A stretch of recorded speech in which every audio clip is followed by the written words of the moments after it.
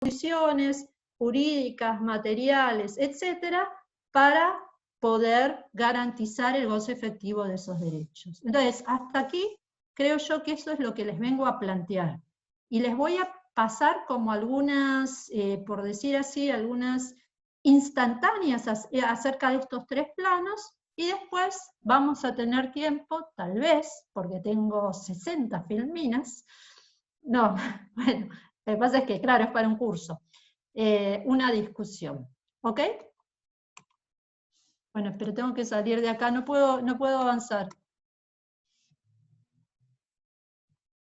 No sé por qué no puedo... Ah, ahí está. Perfecto.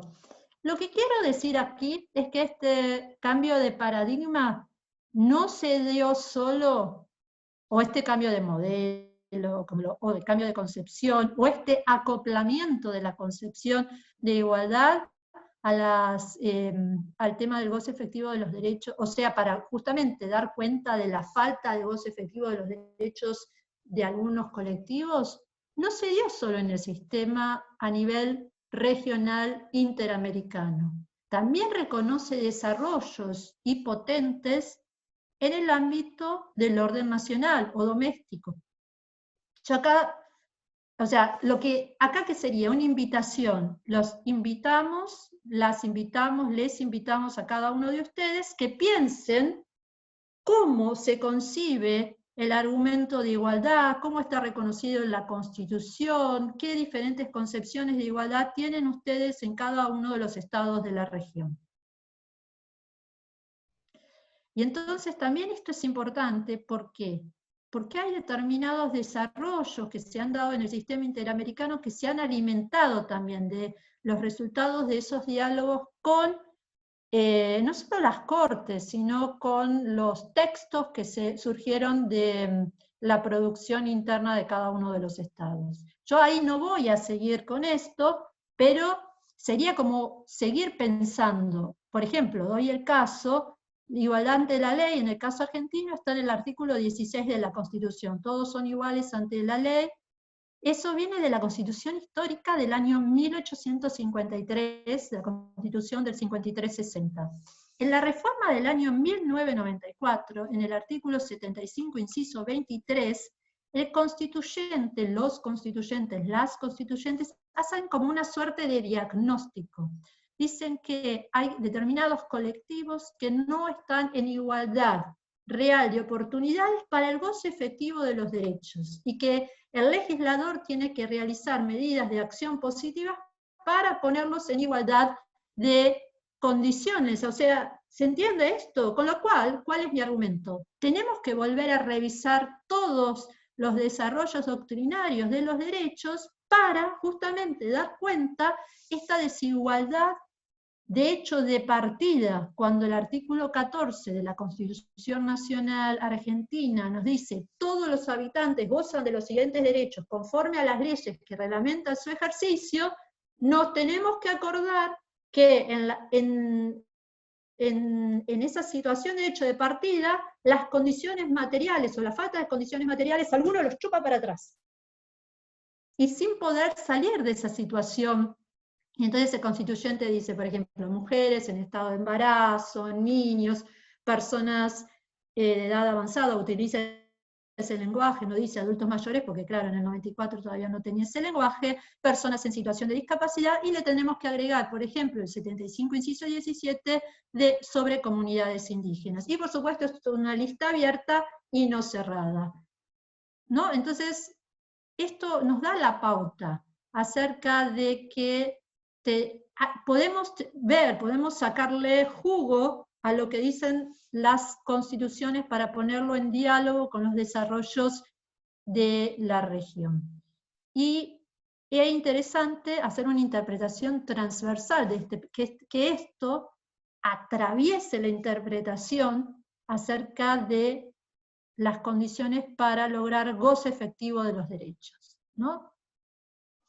Entonces, digamos, Mariela me hace que sí, claro, es mucho de lo que Mariela escribió acerca de la posición, ¿no? O sea, en qué posición, o sea, hay algunos que se encuentran en una situación, en una posición de desigualdad de hecho que no les permite acceder a esos derechos, sino porque hayan hecho algo en contra, sino porque en la lotería de la vida te tocó nacer en un pueblo nuevo, o una villa de emergencia, o en América Latina tienen diferentes nombres, ¿no? Pero es decir,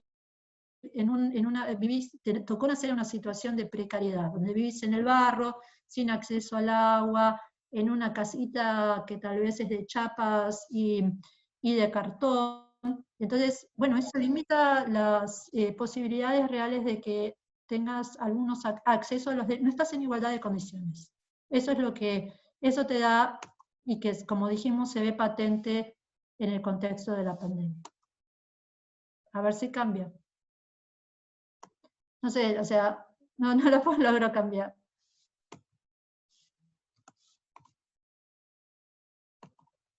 Bueno, hay que volver,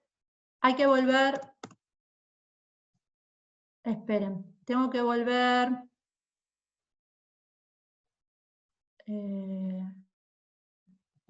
no sé por, ok, ¿saben lo que voy a hacer? Tengo que hacer esto, miren, tengo que ir acá, y no lo tengo que poner en pantalla total, porque eso no me permite seguir mostrando las... Bueno, pero hasta acá estamos, entonces. Ahora pasemos al sistema regional. Les quiero compartir esta frase que tal vez ustedes no la escucharon, pero nosotros la venimos repitiendo bastante. En el caso Cusculpi-Varal contra Guatemala, ¿sí?, que se trataba de violación a los derechos humanos de un conjunto de personas que no habían tenido acceso ni al tratamiento ni a los remedios para tratar el VIH, la Corte Interamericana, y especialmente el voto razonado del juez Ferrer Macrego, dice, miren esto es lo que dice la Corte no puede quedarse del lado ante el grave problema de la desigualdad, la inequidad y la exclusión social que prevalecen en la región, y agrega, porque esto es general, y después agrega, y en la desprotección en materia de derechos económicos, sociales, culturales y ambientales, con efecto desproporcionado, se afecta desproporcionadamente a los grupos en situación de vulnerabilidad, afectando a niños, adolescentes y jóvenes, y a su vez habla o destaca que ha aumentado la feminización de la pobreza en población joven y adulta en la región. Este fallo es de hace un año, ¿no?, del 2019. La pregunta para repasar ahora es, ¿dónde se ubica esto? ¿Dónde se ubica igualdad dentro de las 5 grandes líneas jurisprudenciales y de opiniones consultivas de la Corte Interamericana de Derechos Humanos, que tal vez ustedes ya vieron? Estuvo Eduardo, ¿no?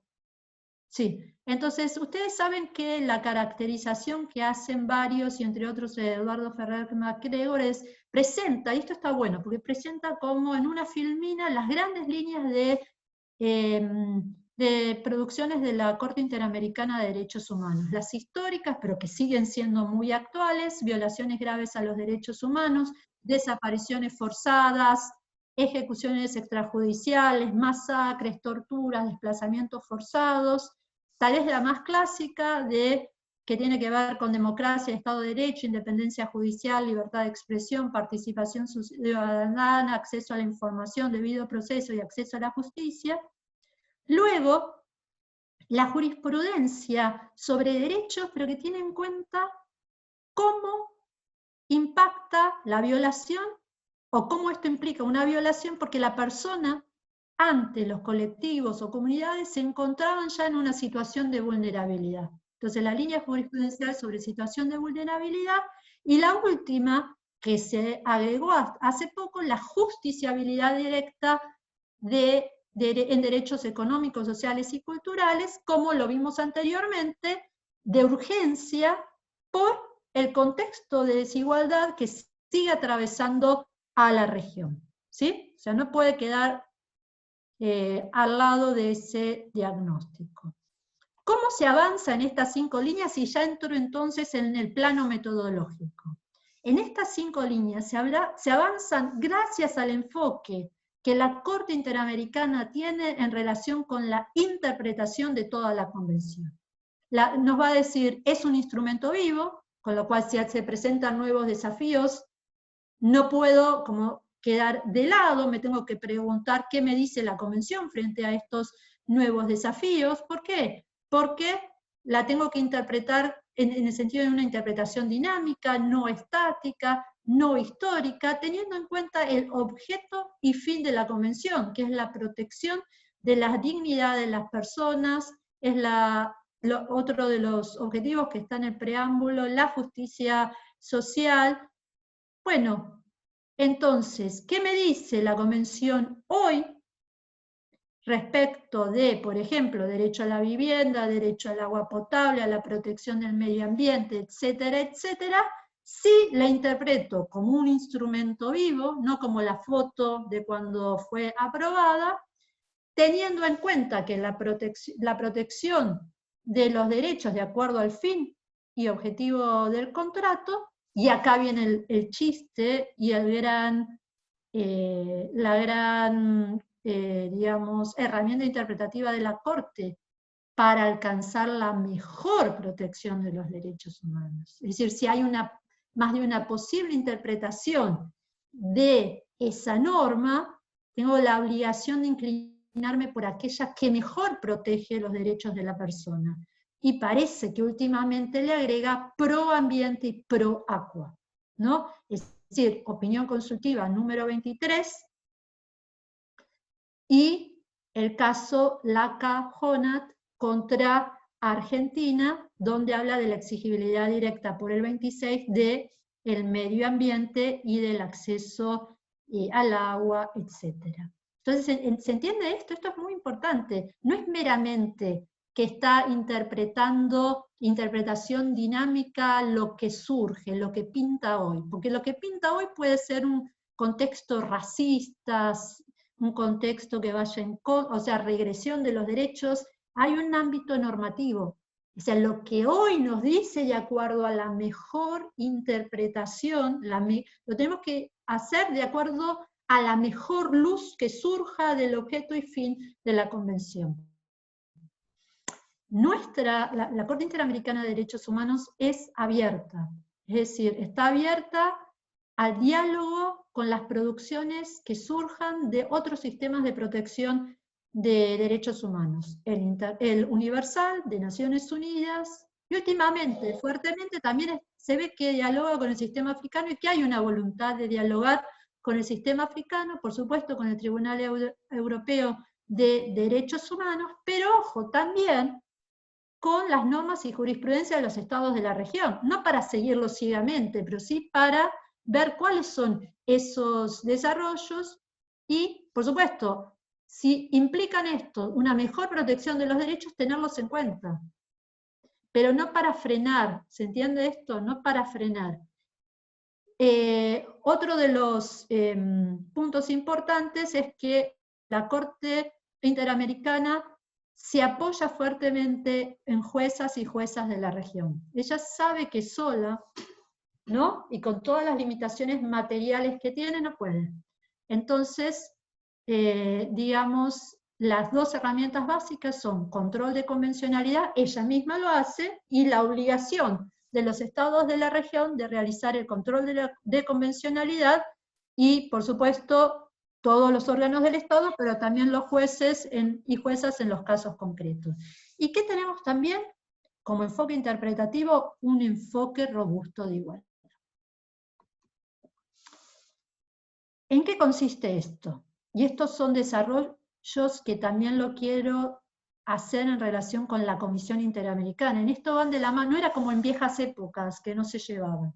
No, acá vemos que en cuanto a los enfoques, la Comisión y la Corte están bastante, digamos, son bastante armónicas en su relación, ¿sí? Tal vez en algunos casos, bueno, déjame ahí. Entonces, si vemos, por ejemplo, los informes temáticos de la Comisión Interamericana de Derechos Humanos, vamos a ver cómo la Comisión Interamericana de Derechos Humanos utiliza como el enfoque tener en cuenta cómo impacta esto en las víctimas, poner a las víctimas en el centro de nuestras consideraciones, ¿sí? Por ejemplo, acceso al agua potable, protección del medio ambiente. Bueno, ¿cómo impacta esto en las víctimas? ¿Cómo impacta esto, por ejemplo, en comunidades indígenas en el contexto de pandemia?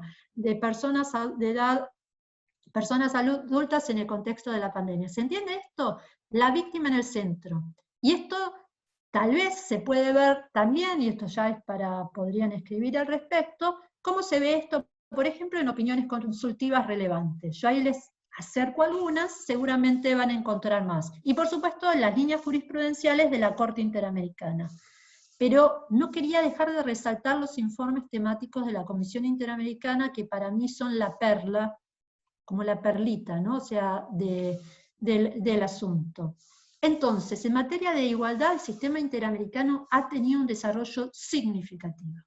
Significativo no solo en términos de herramientas interpretativas, sino también en términos de herramientas, de normas que produjo el sistema, como por ejemplo el hito de la Convención de Belém do Pará durante 1994 contra toda forma de violencia contra la mujer, pero también, como dijimos, es un sistema que se nutre también del diálogo con otros sistemas de protección de derechos humanos. Y si ustedes revisan la jurisprudencia, va a ver que dialoga mucho con la CEDA, o el Comité contra toda forma de discriminación contra la mujer, eso es igualdad puro y dura, prohibición de discriminación basada en género, mucho con las observaciones generales del Comité de Derechos Económicos, Sociales y Culturales, y está bien y tiene mucha razón, porque todos los estados de la región, o todos los estados que forman parte o aceptaron la competencia de la Corte Interamericana, también han ratificado la Convención sobre Derechos Económicos, Sociales y Culturales, y la CEDAW, entonces periódicamente se someten al control de estos comités, con lo cual se fija en esto, también entonces, como dijimos antes, en conversación con el Tribunal Europeo, la Corte Africana, y muy especialmente teniendo en cuenta las voces de las víctimas y de otros actores relevantes del sistema, como son las personas defensoras de derechos humanos y organizaciones de derechos humanos. Y fundamental en esto, la importancia de los escritos que las organizaciones de derechos humanos, las universidades y personas individuales acercan en relación con cada uno de los casos y de las opiniones consultivas, los llamados amici curiae. Ahí tienen los informes temáticos de la Comisión Interamericana, donde hay materia relevante en igualdad,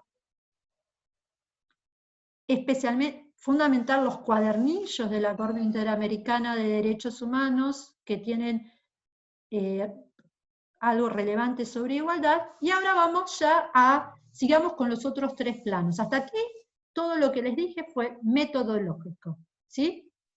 Y más que nada, viendo un poco de qué se nutre la Corte Interamericana, ¿sí? Para lograr esos avances en materia de igualdad.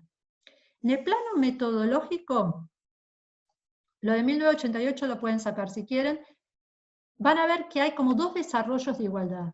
Uno, que se habla de igualdad jurídica como principio antidiscriminatorio, que lo tienen en todas las convenciones, ¿no? O sea, para el ejercicio del derecho nadie puede ser discriminado, y la lista de todas las razones por las cuales no puede ser discriminado, artículo 1 de la Convención Americana de Derechos Humanos, pero el 14 del Tribunal Europeo y de todas las convenciones relevantes. Pero ¿qué es esto que dije? Cambio o acoplamiento o robustecimiento del modelo de igualdad. Igualdad como no dominación o como no subordinación o desigualdad estructural, inclusión del enfoque de la interseccionalidad. Con lo cual, ¿qué ocurrió? Se amplió la caja de herramientas. Y no solo se amplió, sino que se debía ampliar la caja de herramientas. ¿Y esto qué significa? Bueno, y esto significa, por ejemplo, que en un caso como Campo Algodonero, ¿se acuerdan el caso de desaparición de mujeres en la ciudad de Juárez que luego aparecieron en Campo Algodonero, nada más ni nada menos que en el Campo Algodonero, asesinadas? y con marcas de que había habido ahí violencia de género. La Corte, para dar cuenta de, digamos, entender y explicar qué pasó ahí, no solo tiene en cuenta los hechos del caso, sino que incluye el contexto, para dar cuenta que esto ocurrió en un contexto o en una atmósfera de discriminación estructural contra las mujeres. No es el caso aislado de estas 3 niñas. Digo, niñas porque algunas eran muy jóvenes. Laura, Claudia, y lamentablemente me olvidé del nombre del tercero, que eso está muy mal, de la tercera mujer que desapareció y luego apareció asesinada. Laura, Claudia, bueno, ya me lo voy a acordar. Y el contexto. ¿Cómo reconstruye el contexto? Esto es bien interesante. No solo teniendo en cuenta lo que la comisión y los representantes dijeron de ese contexto, sino también teniendo en cuenta los diferentes informes que existían acerca de la situación de violencia de género que produjeron diferentes relatores o relatoras especiales, etc.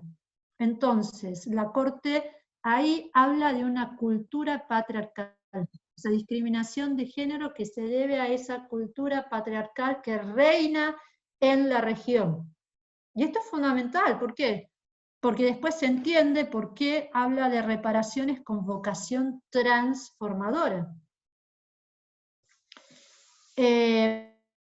Ampliación de la caja de herramientas, cómo esta desigualdad estructural impacta fuertemente en la intención, o en la intensidad con que se restringen los derechos, y para eso hay que tenerlos en cuenta los efectos sociales, y ahí el caso paradigmático es DH contra República de Chequia, República Checa, donde se acuerda, donde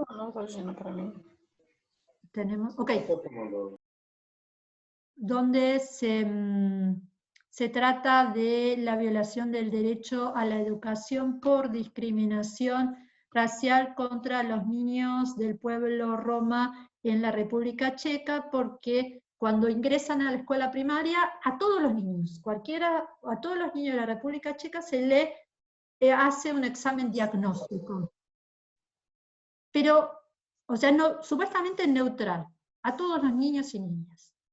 Pero como resultado de este examen, estadísticamente daba que las niñas y niños de procedencia del pueblo roma, que viven en la República Checa, eran inmediatamente enviados a una escuela de educación especial. Entonces, lo que a primera vista parece neutral, nos está dando el efecto, la aplicación de este examen nos está dando una alerta. ¿Qué está pasando ahí? Porque, digamos, en forma sistemática, los chicos que eran mandados a escuelas especiales que no tenían las mismas chances de lograr que en una escuela regular, eran de procedencia roma. Entonces la Corte ahí habla justamente de una discriminación estructural indirecta. No es la norma que dice los chicos roma deben ir a escuela especial. La aplicación de ese examen que no atiende a las circunstancias específicas de estos niños para ser dado el diagnóstico, del diagnóstico que se le aplica a todos, da como resultado la discriminación estructural contra estos niños. Es decir, ¿qué hay que hacer? Y bueno, hay que generar otro dispositivo para evaluar si tienen las mismas aptitudes que los otros niños, pero funcionales equivalentes. Es decir, la misma aptitud que tienen los otros niños para poder leer y escribir. Lo que pasa es que se evaluaban unas aptitudes muy referidas a las aptitudes que responden a niños y a niñas de la República Checa, no niños y niñas de la República Checa que tienen las costumbres del pueblo roma. Entonces esto es fundamental, la estadística fue utilizada también como un medio de prueba para decir y olfatear, cuidado, acá hay algo que no está funcionando. Puede haber una desigualdad indirecta o casualidad, si afecta a un colectivo que históricamente ha sido discriminado y que las consecuencias de la discriminación persisten en la actualidad, y el Estado tiene que explicar algo. Bien, luego la otra ampliación de la caja de herramientas, análisis de estereotipos como causa y consecuencia de la discriminación. No solo lo aplicó en casos sobre discriminación por género, sino también en casos de discriminación contra integrantes del pueblo mapuche. Luego lo que ya hablaron con Mariela, tener en cuenta situación de vulnerabilidad de grupos o personas en situación de desventaja estructural. Y lo último que agregó fue el enfoque de la interseccionalidad. Es decir, tener en cuenta que la desigualdad que padecen algunas personas y por las que no tienen acceso al goce efectivo, por ejemplo, del derecho al agua potable, puede estar dada porque convergen, por ejemplo, convergen dos calles, ¿no? Y la intersección de esas dos calles pone a las personas que se encuentran en esa situación en una situación es de especial desigualdad. Y entonces se requiere escuchar las voces concretas de esas personas para poder comprender esa situación de desigualdad y después establecer medidas reparatorias y garantías de no repetición para responder a esas situaciones. Si bien, Doña solicitó venir a visitar a su familia. Bien. Si bien en este caso, si bien históricamente el enfoque nace por la intersección entre género y procedencia étnica o racial de las mujeres, después se ha extendido para incluir otras intersecciones o diversas intersecciones.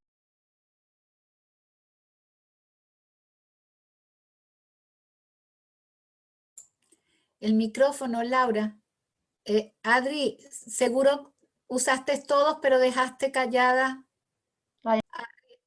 Ahora, Laura. Ajá. Me lo sacó.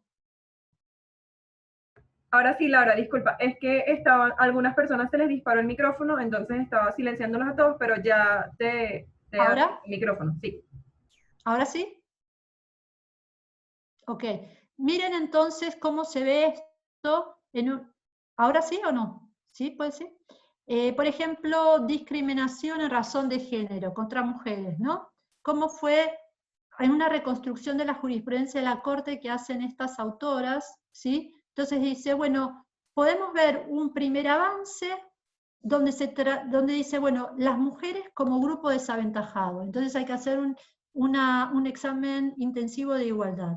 Luego se ve, bueno, cuidado, no es solo un grupo desaventajado, está desaventajado porque se encuentran en una situación de desigualdad estructural o de discriminación estructural, como dijo la Corte Interamericana en el caso Campo Algodonero, que se le atribuye al patriarcado, es decir, a la cultura del patriarcado, al machismo. Y después, en un tercer avance ya, cuidado, porque tal vez no es solo que sea el machismo, sino también puede ser en relación con el clasismo o en relación con la situación de discapacidad de la persona, es decir, veamos, escuchemos las voces de las víctimas concretas, porque se puede estar atravesadas por más de una situación, por más de una distribución desigualitaria del poder que responda a diferentes variables. Y miren ustedes qué interesante el cuadrito que les traje, donde aplica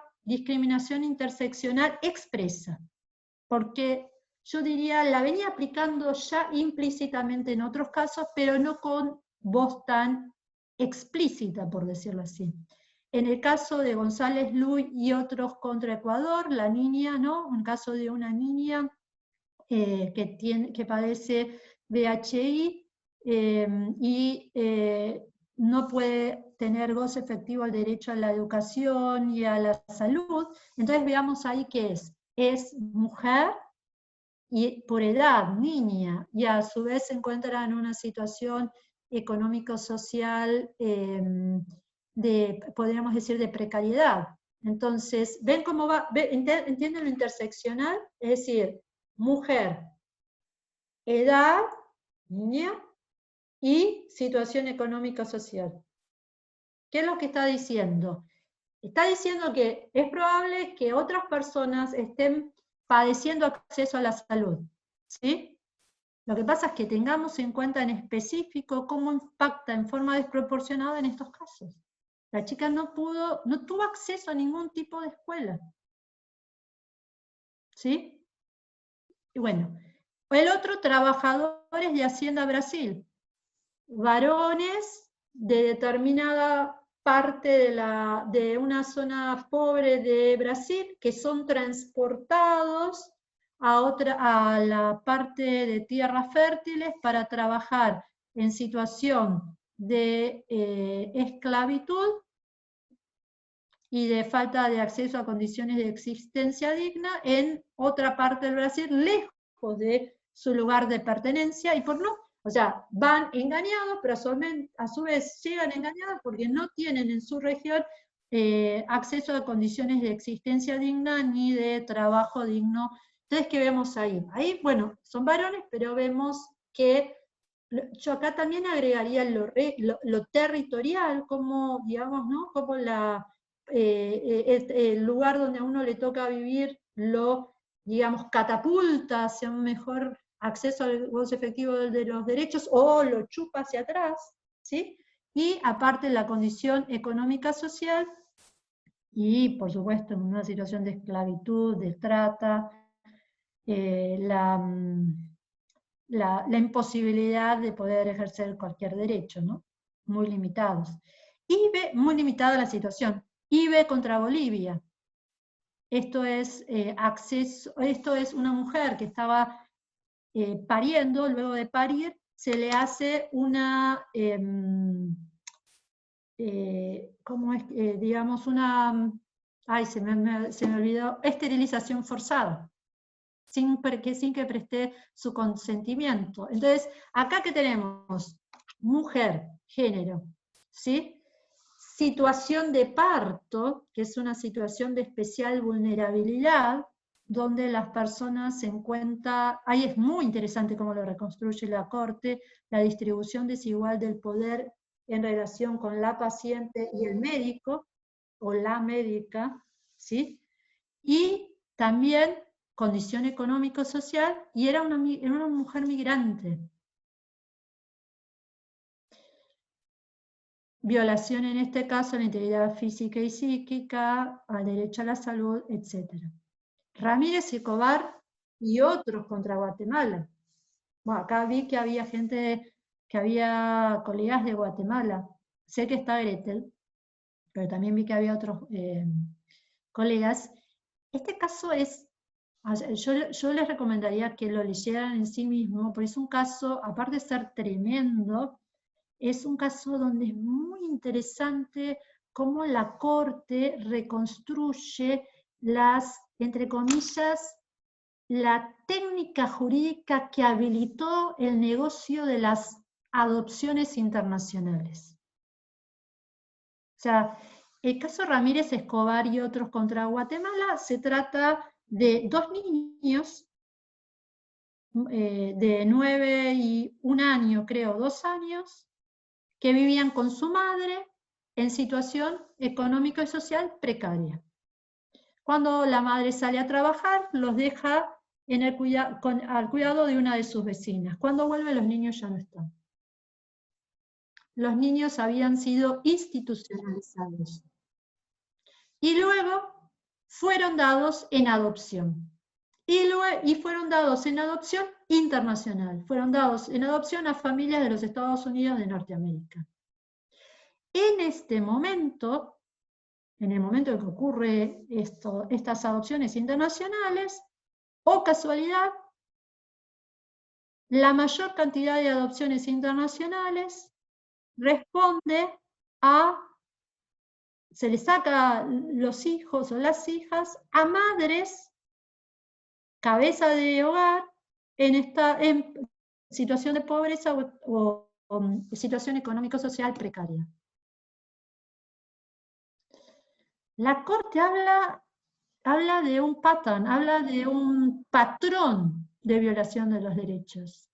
En ese patrón de violación de los derechos podemos decir que hay como varios, entre comillas, varios eslabones que está dado por asistentes y asistentas sociales, por directores de los institutos, por escribanos, porque en ese momento permitía la adopción internacional por escritura pública, o sea, la privatizaba, la adopción internacional, jueces, etc.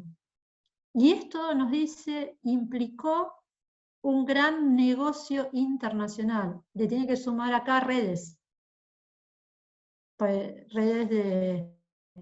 que habilitaban este tipo de negocios. Ahí la Corte Interamericana de Derechos Humanos tiene en cuenta género, la mujer, las varones que quieren ser cuidadores, porque el padre del niño de Osmin, ni bien se enteró, se presentó en el expediente pidiendo la posibilidad de que quedaran bajo el cuidado, que él también estaba disponible a cuidar o ayudar en la crianza de los niños. Entonces tenemos, empieza a deconstruir masculinidades, ¿no?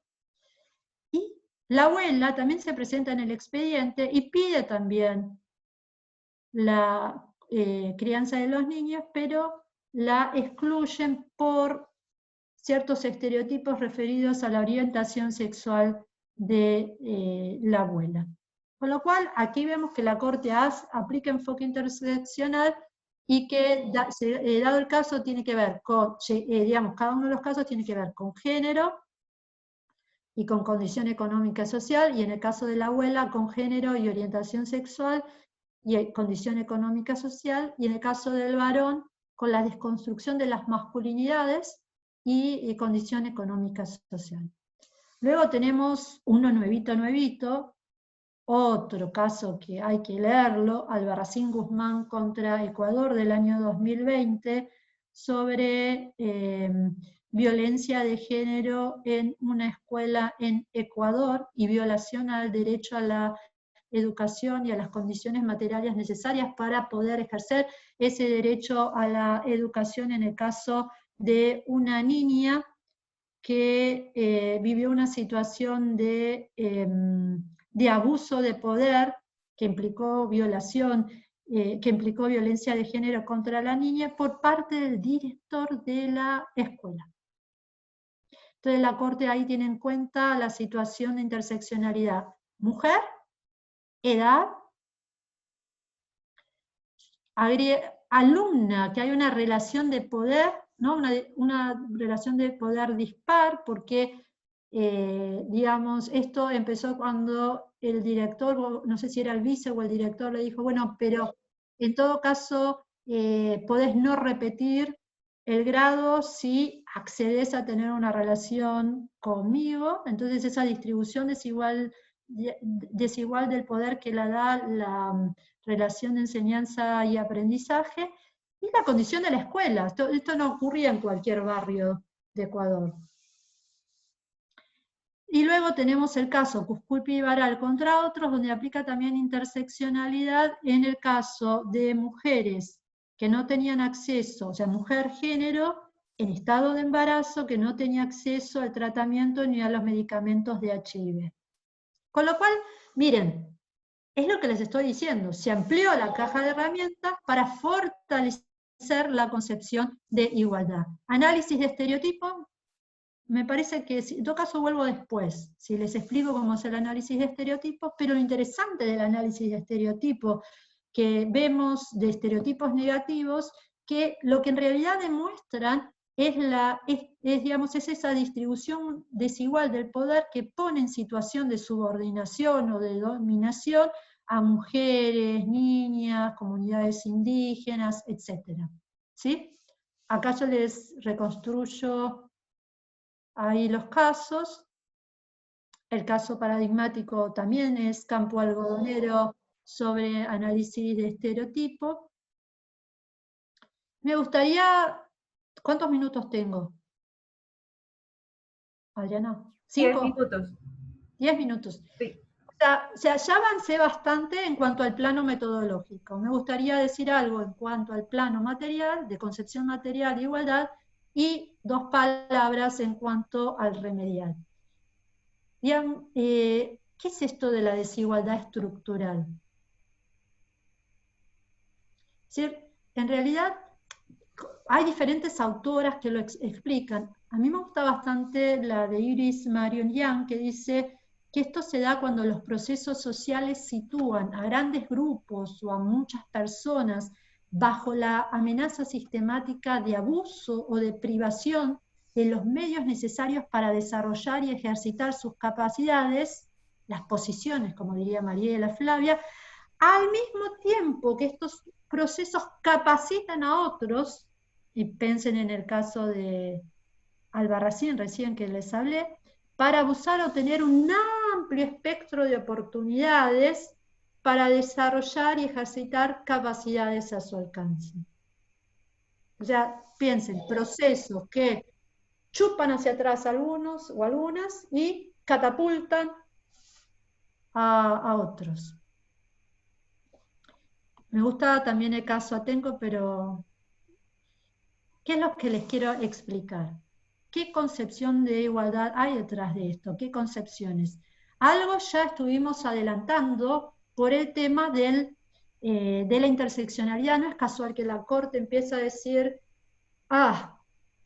pero acá en Albarracín, Guzmán Albarracín, no es solo discriminación por género, sino también por edad, porque es una niña, y por distribución de esta relación de desigualdad en el proceso de enseñanza y aprendizaje, y por la condición económica social, y así podemos seguir. ¿Qué es lo que les quiero decir? Recuerden lo que nos decía acá Iris Marian, esos procesos sociales que implican una distribución desigualitaria de las oportunidades, de las chances, del poder. ¿A qué responden? En algunos casos, y yo creo que en la mayoría, son multidimensionales. Pensemos en el caso de las mujeres de Atenco, ¿no? Que está, si ustedes ven en la página de la Corte Interamericana, las van a ver porque está en supervisión de sentencia y muy bien, para empoderarlas aparece a todas las mujeres de Atenco que fueron torturadas y violadas por los agentes del Estado cuando fueron detenidos en el contexto de una manifestación social. Porque en esta zona, en Atenco, se iba a establecer un nuevo aeropuerto. Esto implicaba algo en relación con la producción y el cultivo de flores, entonces había una protesta en contra de la construcción de este aeropuerto. Había mujeres en la zona, algunas estaban sacando fotos, haciendo periodismo, otras estaban simplemente ahí. Los agentes policiales pasan y así, como le decimos nosotros, casi en racia, ¿no? La racia, levantan a varias de las mujeres y las someten a todo tipo de violencia de género, y de violencia sexual y de violación, en cuanto a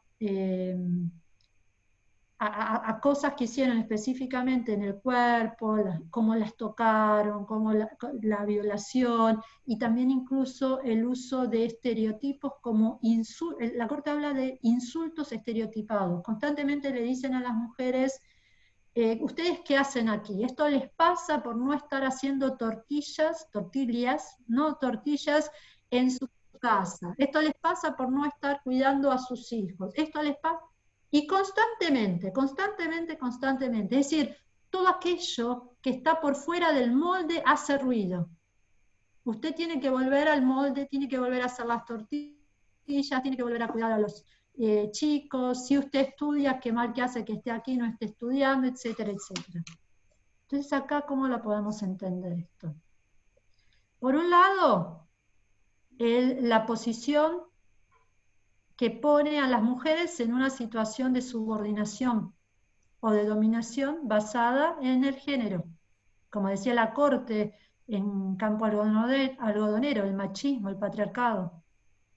¿no? Vaya a hacer tortillas. Ellos constantemente le dicen eso, y a una mujer que tenía, o sea, estaba empoderada, que era una mujer, entonces la toman por, generalmente, le pasa a las defensoras de derechos humanos, nos pasa, o sea, o las consideran como prostitutas, o como guerrilleras, o como terroristas, o sea, todo lo que se les ocurre que no responden al, digamos, el estereotipo de rol social, madre, o todo lo que tenga que ver con lo reproductivo y con las tareas del hogar, rompe el molde.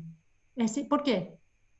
O sea, ahí hay un déficit en el reconocimiento. Desde un patrón cultural de dominante se determina qué es, entre comillas, lo esperado y lo no esperado respecto de las mujeres. O respecto, esto lo podemos cambiar, si vamos al caso de Tala Rifo, respecto de las personas con con otra orientación sexual, entre comillas, no normativa o no dominante. O sea, todo lo que escapa al molde. O, por ejemplo, en el caso de los mapuches, ¿no? Por no responder, entre comillas, a lo occidental. Entonces, en esas situaciones, esos colectivos padecen no solo de la falta de reconocimiento, es decir, de que sus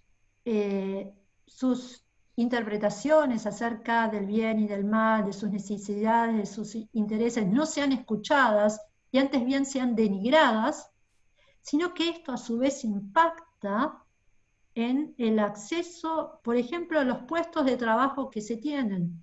O sea, no es casual que la mayor parte de las mujeres trabajen en empleos informales, en economía precarizada, que no tengan acceso a obra social o a la seguridad social. Este es el caso, es la mayor parte de las mujeres, no es la minoría, es la mayor parte de las mujeres en la región. Es decir, entonces, esto impacta a su vez en esto. O sea, la denigración de su estatus, de su posición en cuanto al reconocimiento, impacta en cuanto al acceso a los bienes económicos sociales. Por eso la feminización de la pobreza. Y cuando quieren salir de lo, entre comillas, de lo estereotipado, del rol social, de lo reproductor, mujeres de Atenco, periodistas, a su vez, se las trata de disciplinar como forma de control social utilizando la violencia sexual, las violaciones, el insulto estereotipado. Estas dos distribuciones desigualitarias del poder afectan esto, porque la posibilidad real de paridad participativa es deficitaria. O sea, ¿por qué? Por estas otras, o sea, o en todo caso, ¿cuántos vieron ustedes que sea parte de la agenda de los medios masivos de comunicación la feminización de la pobreza? Cuando hablo de paridad participativa no estoy solo hablando del derecho electoral, o de la participación política de acceso a los cargos electivos. Piensen paridad participativa en sentido amplio, en todas las arenas públicas, sociales, económicas, culturales, etc. Se ven mermadas las posibilidades reales de establecer la agenda dominante. Si no, no se entiende por qué hoy en día derecho a la educación no forma parte de la agenda dominante. Derecho al agua, o sea, ¿por qué no hoy en día acceso al agua potable no forma parte de la agenda dominante? O sea, por eso es multidimensional. A su vez, aquellos que se encuentran en una situación de ventaja estructural tienen un poder de influencia en el establecimiento de la agenda que crece en progresión geométrica. ¿Saben lo que, se acuerdan de la escuela? Progresión geométrica, no aritmética, progresión geométrica. 8 por 8, 64, 64 por 64, etc.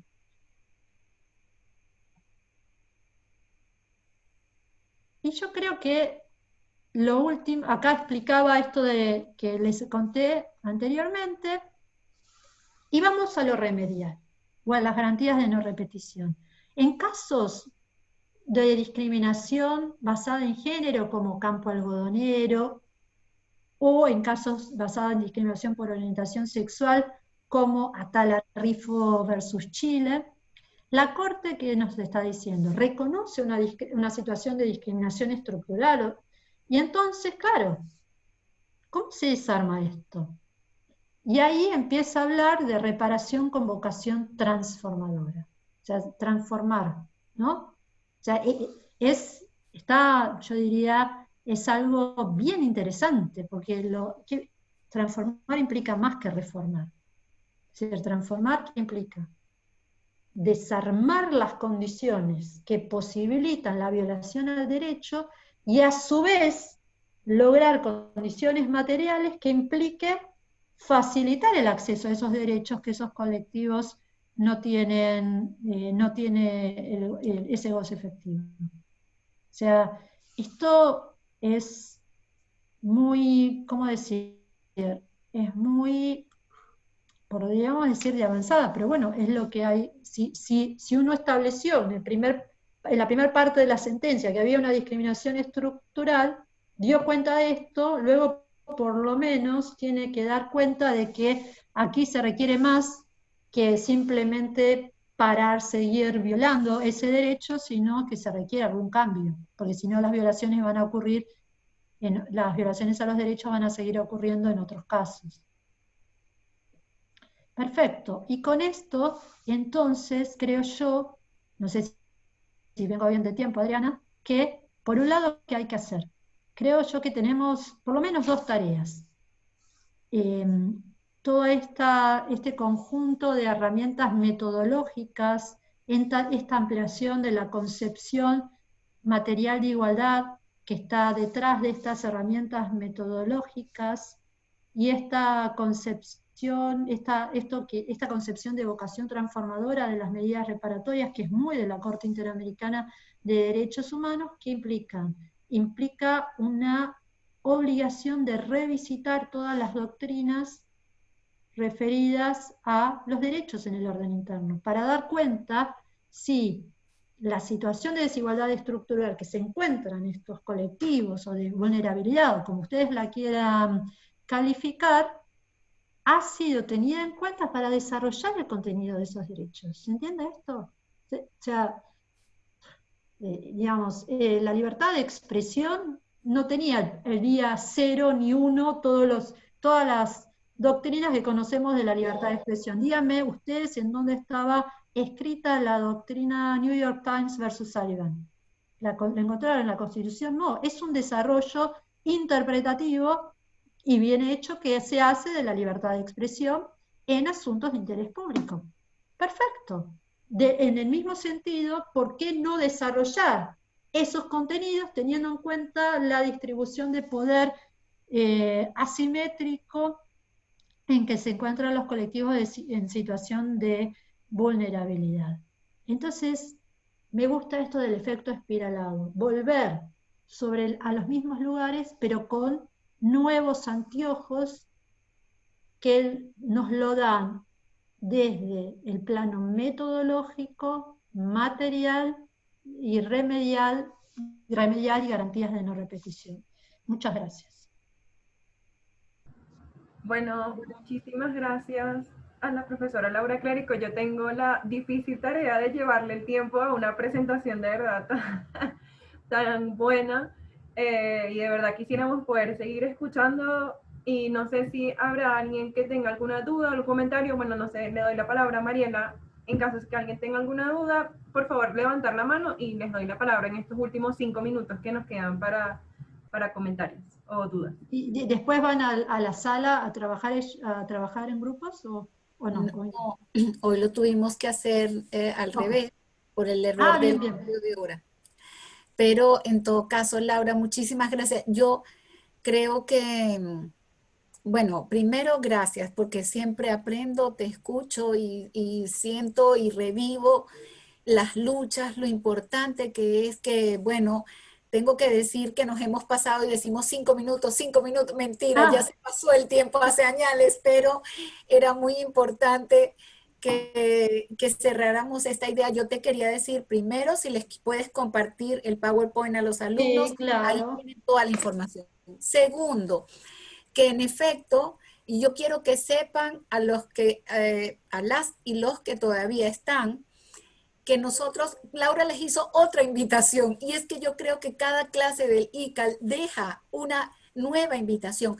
Revisen en sus realidades nacionales. Es que es importante porque pareciera que a veces estamos hablando de un proyecto a futuro, pero ya existe, ya lo tenemos. Revisen esos desarrollos a nivel de sus estados para que ustedes mismos tengan los argumentos.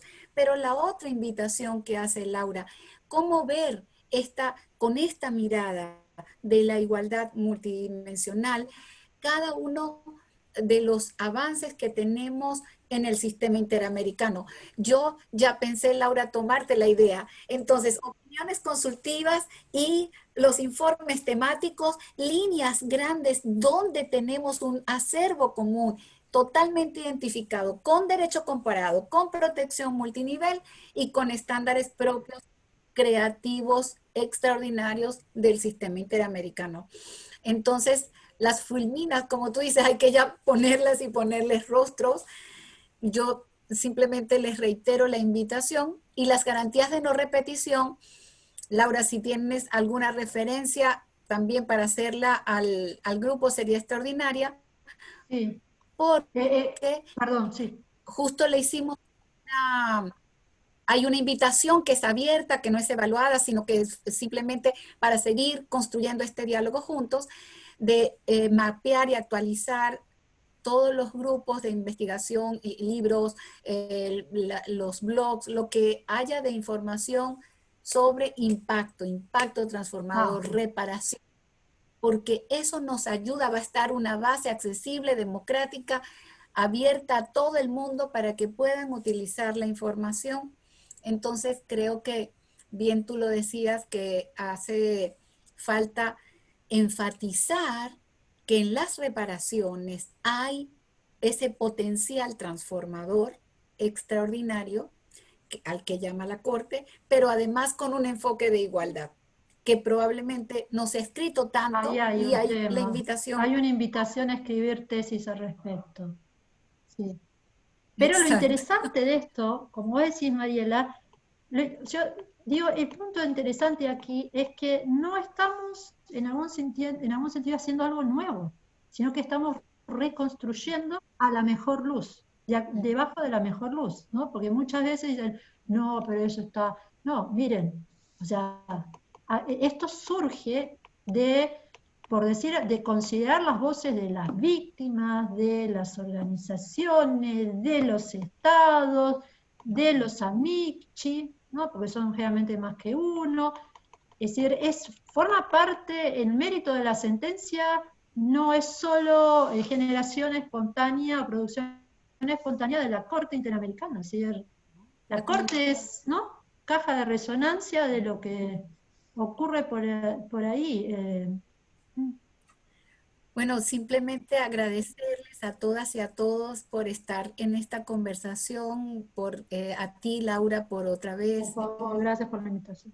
Darnos estas luces y sobre todo este trabajo tan riguroso que nos anima a usar esta línea para los trabajos quizás al final de esta clase de ICAL, y a seguir fortaleciendo la red y el intercambio, porque definitivamente los desafíos son enormes, pero en la medida en que se sueña en colectivo es el comienzo de una nueva realidad, como dice el refrán brasileño. Así que estamos hoy también soñando con esa nueva realidad. Muy bien, sí. Gracias otra vez. No, por favor, y le mando por Adriana. Por Adriana. ¿No? Por Adriana el PowerPoint, que es un Power, que es todo Power. Había preparado 88, bueno. Nos da para otra clase, Laura. Yo creo que podemos pensar en unos tallercitos, a lo mejor antes. Que los que vamos a hacer. Mira, haremos igual, para que no suene nunca nada obligatorio. Miren, En el ICAL tenemos una regla, todo es transparente, es abierto, abierta como la Corte, como la apertura estatal, como las constituciones. Claro. El que quiera trabajar estos temas, Laura y yo, estoy segura que Flavia también, nos ofrecemos como para organizar un taller y que puedan también seguirse motivando, como lo había dicho, se me acaba de olvidar el nombre, pero Pamela, que en efecto intenta reconstruir en lo de ciencia política y derecho, pues ahí estaremos para darles luces con este enfoque. Muchas gracias. Muchas no nos gracias queremos a despedir, ustedes. pero hay que despedirse y cerrar la clase. Gracias a todas y todos. Chao, gracias a todas y a todos.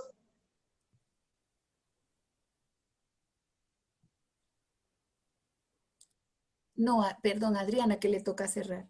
Adriana, le